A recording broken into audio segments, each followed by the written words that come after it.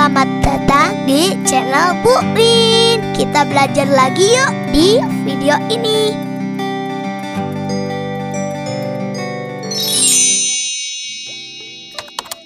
Rangkuman materi kelas 3 tema 6 energi dan perubahannya, subtema 2. Hai, Assalamualaikum warahmatullahi wabarakatuh. Selamat datang kembali di channel Bu Win. Kita belajar lagi hari ini ya mengenai materi kelas 3 tema 6 energi dan perubahannya. Khusus untuk subtema 2 ada beberapa hal yang harus kita perhatikan untuk lebih memahami materi di subtema 2 ini, yaitu perubahan energi. Energi tidak dapat diciptakan oleh manusia. Energi juga tidak dapat dimusnahkan. Energi hanya dapat diubah dari satu bentuk ke bentuk lainnya. Kira-kira bagaimana ya perubahan energi terjadi? Dan bagaimana manusia memanfaatkan perubahan energi tersebut? Yuk kita pelajari bersama di subtema 2. Berikut ini adalah contoh-contoh perubahan energi dalam kehidupan sehari-hari. Contoh yang paling dekat dengan kehidupan kita adalah makanan yang dimakan oleh manusia, oleh kita. Makanan yang kita makan diolah menjadi energi supaya bisa menjadi kekuatan bagi tubuh kita untuk beraktivitas sehari-hari. Nah, contoh lain dari energi yang dimanfaatkan adalah energi listrik. Energi listrik dapat dimanfaatkan untuk segala kebutuhan manusia.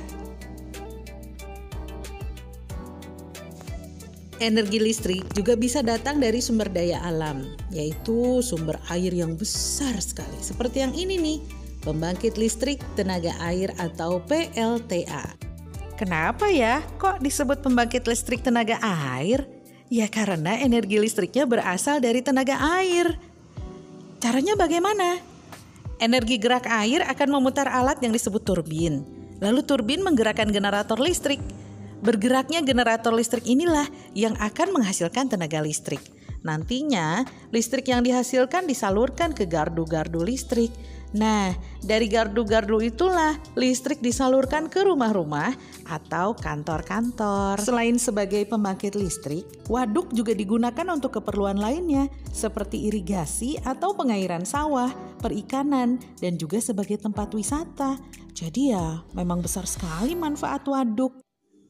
Yang juga harus kita perhatikan dari segala macam sumber energi yang kita manfaatkan, segala macam perubahan energi yang kita bisa gunakan adalah bagaimana cara kita memanfaatkannya dengan baik. Perilaku hemat energi merupakan perilaku yang disukai oleh Tuhan. Tuhan menyukai orang-orang yang berbuat hemat loh. Jadi mulailah menggunakan sumber-sumber energi dengan sebaik mungkin. Contohnya, kamu berhak untuk mendapatkan energi listrik untuk belajar, untuk mendapatkan kenyamanan di kelas maupun di rumah dan lain sebagainya. Tapi kamu juga wajib menggunakannya dengan hemat. Contoh lain dari berhemat energi adalah kita memanfaatkan waktu untuk beraktivitas sebaik mungkin. Setiap hari kita menggunakan energi. Tanpa energi, manusia tidak dapat melakukan aktivitas. Semakin lama aktivitas dilakukan, maka semakin besar pula energi yang digunakan. Lama dan besarnya penggunaan energi listrik mempengaruhi besarnya biaya yang harus dibayar. Oleh karena itu, manfaatkanlah waktu dan energimu sebaik mungkin. Selain itu, kita juga belajar mengenai energi-energi lainnya. Contoh, energi gerak dan energi bunyi. Waktu yang dibutuhkan begitu lama, energi yang digunakan juga begitu besar. Oleh karena itu kita harus menghargai waktu dan energi. Yuk kita coba menghitung waktu. Ibu Nia pergi ke pasar. Ibu Nia akan membeli bahan untuk menjahit. Dia berangkat dari rumah pukul 8.30. Setelah 45 menit, Bu Nia selesai belanja. Dia pun segera pulang. Pukul berapa ya Bu Nia pulang dari pasar? Yuk digambarkan dengan jarum jam. Bu Nia berangkat pukul 8.30. Lama di pasar 45 menit. Jadi Bu Nia pulang dari pasar pukul 9:15 menit. Perhatikan penjelasannya. 8.30 ditambah 45 menit menjadi 8.75. Artinya pukul 8 lebih 75 menit. Nah, kita pangkas lagi nih. Pukul 8 lewat 75 menit artinya pukul 8 tambah 75 menit.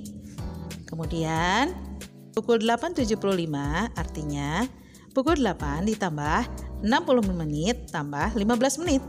Sama dengan pukul 8 ditambah 1 jam tambah 15 menit.